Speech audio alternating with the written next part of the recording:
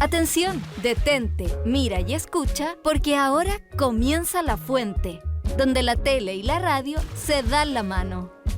Chile TV y Radio Universidad de Chile te dan la bienvenida a nuestra fuente burbujeante de información diferente.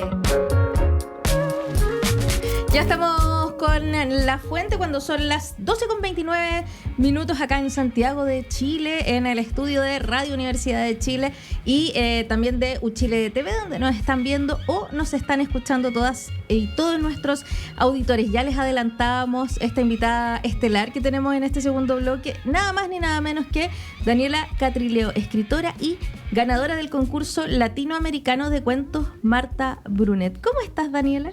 Hola, bien. Bueno, con un poquito de sueño porque vengo viajando de Valparaíso, así que me levanté muy temprano, pero súper bien. Gracias por la invitación. Quería partir con la presentación para recordarles que estamos sorteando uno de los libros de Daniela Sutura de Las Aguas, porque al ganador va a tener la posibilidad de llevarse este libro autografiado también, desde la propia, con el puño y letra de la propia autora. Así que participen, escríbanos a nuestro WhatsApp más 569-2974-8640 y van a estar, nos escriben su nombre y van a estar participando. Yo quiero volver a mencionar a Kikuyo Editorial, que en este esfuerzo de producción en La Fuente le tenemos todos los días un libro de sorteo, pero en este caso es especial. Quisimos pedir a Kikuyo el libro, dijeron que sí, obviamente al tiro, porque es una editorial independiente, una editorial que tiene un trabajo muy cuidado de diseño, de la forma de cómo se plantea el trabajo editorial. Entonces, esta cartografía ensayística donde Dani Catrileo traza el origen, recorrido de la palabra champurria con fuentes históricas y biográficas para dilucidar las tensiones y potencialidades de lo impuro en la contemporaneidad. Imperdible libro, concurse, por favor. Bueno, lo decíamos en su presentación, Dani Catrileo es la escritora ganadora del concurso latinoamericano de cuentos Marta Brunet. Dani, cuéntanos cómo fue recibir esta noticia, haberte ganado este premio con tu trabajo. Fue muy sorpresivo, la verdad. Nunca imaginé que iba a ganar. Lo hice un poco como una manera de, no sé, como de soltar un cuento que tenía por allí, que en un momento me lo habían pedido para una antología y que nunca fue. Entonces dije, ya, por si acaso, uno no sabe las cosas del azar ni tampoco de las lecturas, así que de esa forma fue. Y le decía a la Fran justo el otro día que, no sé, lo habré mandado como 5 minutos antes que cerrara el concurso, así que sí, fue muy sorpresivo y estoy muy contenta.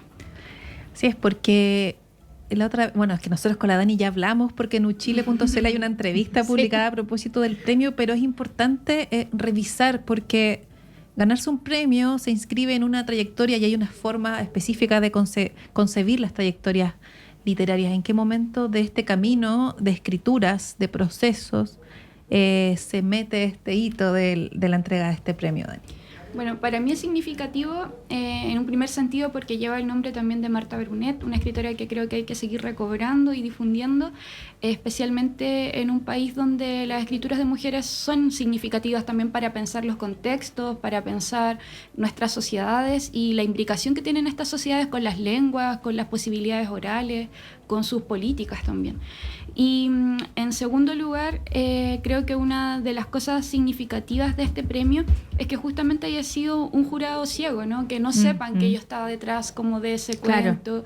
Creo que esa es como una de, no sé, como para mí de las maneras más importantes es que ese premio también forma parte ahora de las cosas que he hecho, de mi trabajo. Antes de pasar a la siguiente pregunta, Panchi, quiero destacar una cosita para quienes nos están viendo en Uchile TV. Hay unas fotografías de Dani que conseguimos gracias a Álvaro de la Fuente e Ita Palominos, que ellos tienen un proyecto hermoso que se llama Escritores Indígenas, que se han dedicado a fotografiar a escritoras, escritores de origen de los pueblos originarios de Chile. Y conseguimos estas hermosas fotos de Dani, que no sé de cuándo son, pero estás igual. Es que sí, son muy hermosas y queríamos agradecer esa imagen y saludar ese proyecto. Es muy importante el trabajo que hacen de generar esta memoria visual de nuestras escritoras y escritores indígenas. Panchi, ¿cómo ha sido el reconocimiento? ¿Te han hecho algún tipo de comentario? ¿Te han llegado comentarios de tus compañeras, de tus colegas escritores a propósito de este premio? Sí, muchas felicitaciones y agradezco también como, no sé, como que para mí también es sorpresivo que con el tiempo lo que he escrito también le ha llegado a muchas personas y son muy agradecidas respecto a los trabajos que estoy haciendo. Entonces, para mí es importante también recibir ese cariño de colegas, tanto como de lectores y lectoras que siguen mi trabajo con sensibilidad, como también con una crítica importante, una reflexión detrás de lo que está. Así que sí, he recibido muchos comentarios, felicitaciones y también hate de otros lados, que también es interesante siempre. ¿En serio? Sí, pero se enmarca dentro de, un comentario que hacía justamente el otro día a partir de que no daba lo mismo ser una escritora mapuche. El hate es por ser mapuche. Entonces, justamente lo que genera en redes, especialmente en las más odiosas como X, ¿no? Que es ex Twitter, principalmente allí aparecen cuestiones asociadas como a mi origen, al pueblo al que pertenezco. Entonces, bueno. Justamente esta pregunta iba más adelante, pero ya que lo pones sobre la mesa a propósito de las reacciones, tu escritura se ha acompañado de este posicionamiento desde los inicios. ¿En qué medidas crees que eso se acomoda en tu definición escritural, este posicionamiento como escritora mapuche? Sí, bueno, para mí afirmar que soy mapuche en este país es importante, especialmente cuando sigue existiendo opresión hacia el pueblo al que pertenezco. Y cuando hablamos de poner este apellido, ¿no? Sí. No es un adjetivo calificativo de cosmético ni como por una cierta orden de estético, ¿no? Si finalmente es la pertenencia a un pueblo, como es simplemente eso, como dice Leonel Lienlaf, y siempre lo cito para esto, aunque un lamien, un hermano mapuche escriba en francés, va a seguir siendo un escritor mapuche. ¿Alguna vez te han hecho algún tipo de comentario del tipo, no sé, te podrías cambiar el nombre, podrías poner un seudónimo para publicar? No, nunca me lo han preguntado, aunque lo primero que escribí en mi vida sí tenía seudónimos, pero era cuando era muy niña. ¿En serio? ¿Cuál? No, abriste una Vamos a googlearla. Abriste una puerta, Dani, no sabía digo, eso. como niña real, como en el taller literario donde cuando chica, en la básica, claro, tenía un profesor muy hermoso, ahí el profesor Ricardo Herrera, que nos hacía como asumir un seudónimo para escribir nuestros poemas, así que firmábamos con seudónimos. Sí. ¿Y en qué época? ¿En San Bernardo? ¿En qué época? Años 90, esto debe haber sido, claro, como 97, algo así. Pero chiquitita comenzaste con un taller, entonces. Sí, como a los 8 años, sí. ¿Siempre quisiste ser escritora?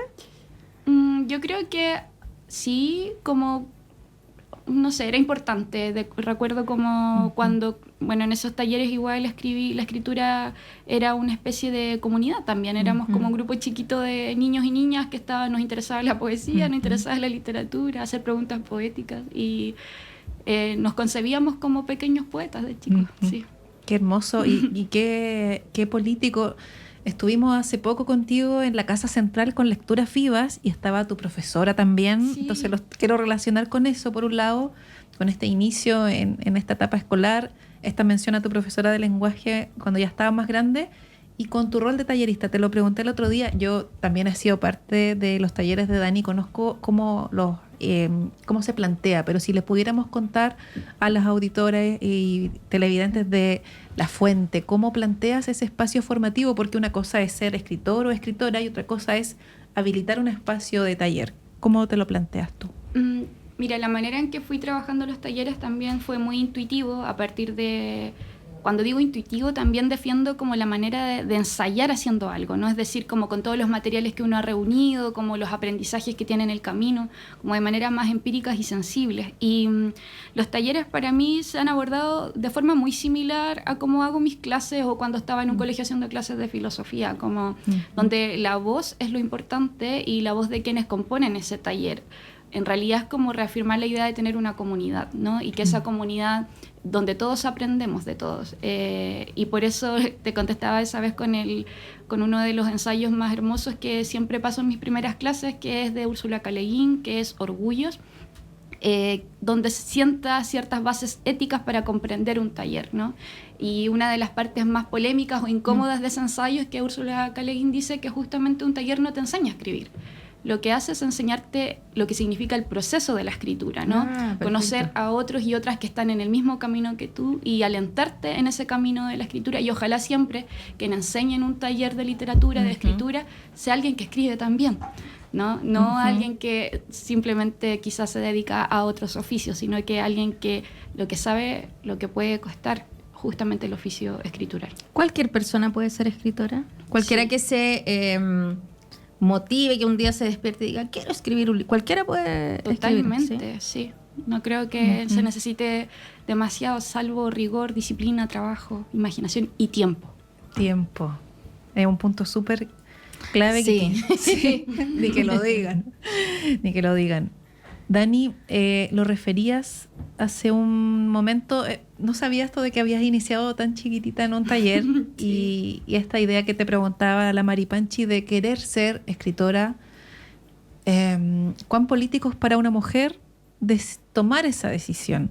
Porque hay hartas variables sobre la mesa, la variable de género, la variable de clase, y también quizá la misma personalidad que una puede tener, como de creerse o no el cuento, este imaginario de que los escritores son Neruda, estos gigantes de la literatura también. ¿En qué medida podemos, lo mismo, como un poco lo que decía Panchi, podemos aventurarnos en la disputa política por el espacio público del imaginario de las letras? Sí, a mí me costó mucho tiempo poder decirme a mí misma, hoy soy escritora, como a esto me dedico, pero después con la madurez y el crecimiento también me di cuenta que es algo importante enunciarse de esa manera. No es por un hecho simplemente personal, es porque las reverberaciones que uno puede generar en otros y en otras, ¿no? Especialmente a quienes pertenecen a la clase de donde uno viene, a quienes pertenecen al mismo pueblo o a otros pueblos originarios o pueblos que han sido históricamente oprimidos, y para las mujeres que también provienen de esos lugares. No sé, pienso en lo importante que puede ser para una niña que una se reconozca como una escritora mapuche, ¿no? Para niños que crecen en una población muy parecida a quienes crecimos nosotras, a personas que están en zonas rurales y que no creen que pueden llegar también, como que sus historias son importantes, ¿no? Que también en esos lugares hay aprendizajes, hay formas estéticas, hay sensibilidades que son importantes de plasmar. Entonces creo que sí es importante reafirmarse como escritora en estos contextos, en este país, y sobre todo en los lugares de donde provenimos. En esa misma línea lo que mencionabas recién, plantearte y quizás ser esta imagen para muchas niñas, sean o no sean mapuche, de pueblos indígenas, ya el hecho de ser mujer es difícil en este mundo. Escribir siendo mujer es difícil, ganar este espacio que ha sido tan complicado para muchas. ¿Cómo te tomas esa responsabilidad? Con mucho cuidado y con mucho afecto también. Creo que es importante pensarlo como una responsabilidad y como un rol. Vivimos en una comunidad y cada quien tiene sus roles, entonces lo público para mí es un rol y por eso lo tomo con las palabras precisas, con el cuidado que se necesita. Hago la reivindicación también de que quizás las mujeres que pertenecieron a clases acomodadas escriben de hace mucho más tiempo que otras mujeres, porque tuvieron el tiempo, el dinero, los privilegios para hacerlo, pero las mujeres como nuestras abuelas, las mujeres como nuestras ancestras no pudieron porque no tenían, no contaban con ello. Y me imagino a esa niña que fue mi abuela quizás queriendo escribir, ¿no? Entonces creo que es importante no solamente para esas niñas, sino también para las niñas que fueron alguna vez también nuestras ancestras. Traemos esas cargas, ese bagaje simbólico también. Estoy terminando de leer una novela de Sergio González Miranda que nos va a acompañar prontamente, que es Premio Nacional de Historia, a quien conozco y te mando muchos saludos. El egresado de la U, por eso va a venir pronto. Y está el trabajo del teatro obrero y la poética del mundo obrero. Quizá en esa misma dirección va esta pregunta, Dani, como a propósito también de otros libros que dicen que una persona pobre no tiene un imaginario poético o no se puede posicionar, es falso, es poco verosímil que una persona pobre pueda poetizar, por ejemplo. ¿Cómo podemos abordar ese cuestionamiento? Se me apareció con libros como Limpia por ahí, como, oye, esto no me suena verosímil porque una nana no puede escribir así. Yo no estoy tan segura de eso. ¿Cómo lo podemos plantear? Sí, igual es complejo porque hay que ver de qué forma se posicionan los sujetos subalternos también en los textos. Y creo que en algunos textos igual es importante que el sujeto subalterno también goce, ¿no? No siempre esté encerrado en un lugar, no siempre esté dedicado a una sola labor, sino que pueda también tener la posibilidad y la potencia de florecer en los diferentes lugares que hace. Yo pertenezco, y lo creo así desde niña, a una clase trabajadora. Mi padre y mi madre son personas obreras, que ha sido súper duros también sus vidas, entonces creo que dedicarme a esto para mí es una forma de agradecimiento también a ese lugar de donde provengo, que es infinito en su imaginación. O sea, la mayoría de las cosas que escribo yo no las aprendí de niña en los libros, primeramente, las aprendí a través de las tradiciones orales, populares, campesinas, indígenas que habían en mi casa, contando las historias con mis abuelos, con mis abuelas, los cantos.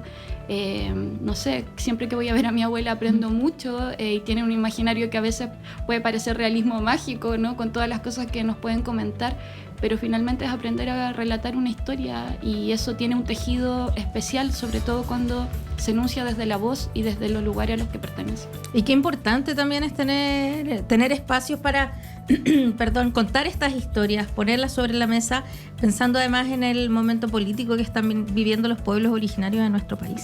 Siempre ha sido tan cruel, siempre ha sido tan dejado de lado. Tener voces que los representen, leerlos, verlos representados, en esa línea, ¿cómo ves tus próximos proyectos, pensando como en avanzar en estos caminos? Sí, para mí la representación es algo bien complejo, me abruma mucho pensar en que una es una representante de algo. Yo me represento a mí, con suerte a mi familia y a la comunidad a la que pertenezco, pero finalmente sé que para un público más amplio una tiende a hacer esas voces, y hace poco el Licura Chihuahua me decía justamente que uno no lo eligió, ¿no? Sino que se vuelve representante porque los demás te van como eligiendo en ese espacio. Y creo que para mí, al menos mi apuesta estética, escritural, es tratar de ser muy heterogénea en las formas que se demuestran esos sujetos y esas sujetas, ¿no? Es decir, justamente antes hablaba de la posibilidad que pueda tener un sujeto subalterno en gozar, y eso es algo que a mí me motiva. No mostrarlo todo desde el dolor, no mostrarlo todo desde la herida. Que eso exista, porque es una verdad, pero también nos reímos, también hay humor, también hay placer, hay goce, hay erotismo, en fin, hay formas infinitas de imaginar porvenires que no siempre sean catástrofes. Tenemos un mensaje, dice Darko. ¿Un saludo? Martina Díaz nos escribe, quiere participar por tu libro y también te manda muchos saludos. Dice que ha leído todos tus libros. Bueno, parece que se merece. Sí. Lamentablemente tenemos una ruleta certificada por nuestro notario público. No, acá no hay cero posibilidad de arreglo. Sí. No, bueno, somos la universidad pública, tenemos que dar el ejemplo. No podemos mandarnos eso. Lo hablamos la otra vez también, pero creo que es bueno para quienes nos oyen. Bueno, este es un concurso de cuentos, que es un género en específico. El libro de Sutura de las Aguas diríamos que es de ensayo. También has escrito novelas y poesía, por sobre todo. Sí. Te has movido en distintos registros. ¿Qué particularidades tiene el trabajo de los cuentos? Yo creo que, bueno, hablábamos del tiempo, ¿no? Sí. Y creo que el cuento en su quizás como micromundo puede permitir la escritura no tan extensa como una novela, ¿no? Es decir, en una novela uno requiere una estructura más amplia, preguntas por una voz que se mantenga y se sostenga con las páginas, que es lo más complicado. Pero un cuento creo que es un micromundo y tiene una síntesis especial, tiene una forma de habitar este pequeño espacio que hace que sea más posible para la vorágine del mundo en el que vivimos poder trabajar en ello. Ahora eso no quiere decir que no necesite esfuerzo, rigor, corrección, etcétera, pero creo que quizás esa para mí es una de las posibles diferencias con un trabajo más extenso. Un último dato antes de pasar al contacto con Rapa Nui que tenemos pronto, es que tú ganaste el concurso con el cuento La intimidad de un bosque, a quien el jurado seleccionó por su capacidad de contar una historia con los recursos precisos, sin recurrir a explicaciones explícitas ni literales. La obra retrata la historia de amor de dos hermanas, ambas adultas mayores, en la cual se explora el tema de la vejez en un contexto de abuso y violencia. Este cuento se distingue por abordar una temática diferente que además se resuelve de una manera formalmente impecable. Es hermoso el cuento. Ya pronto espero poder hacerlo circular y encontrarnos en la premiación que pronto también deberíamos anunciar inminentemente.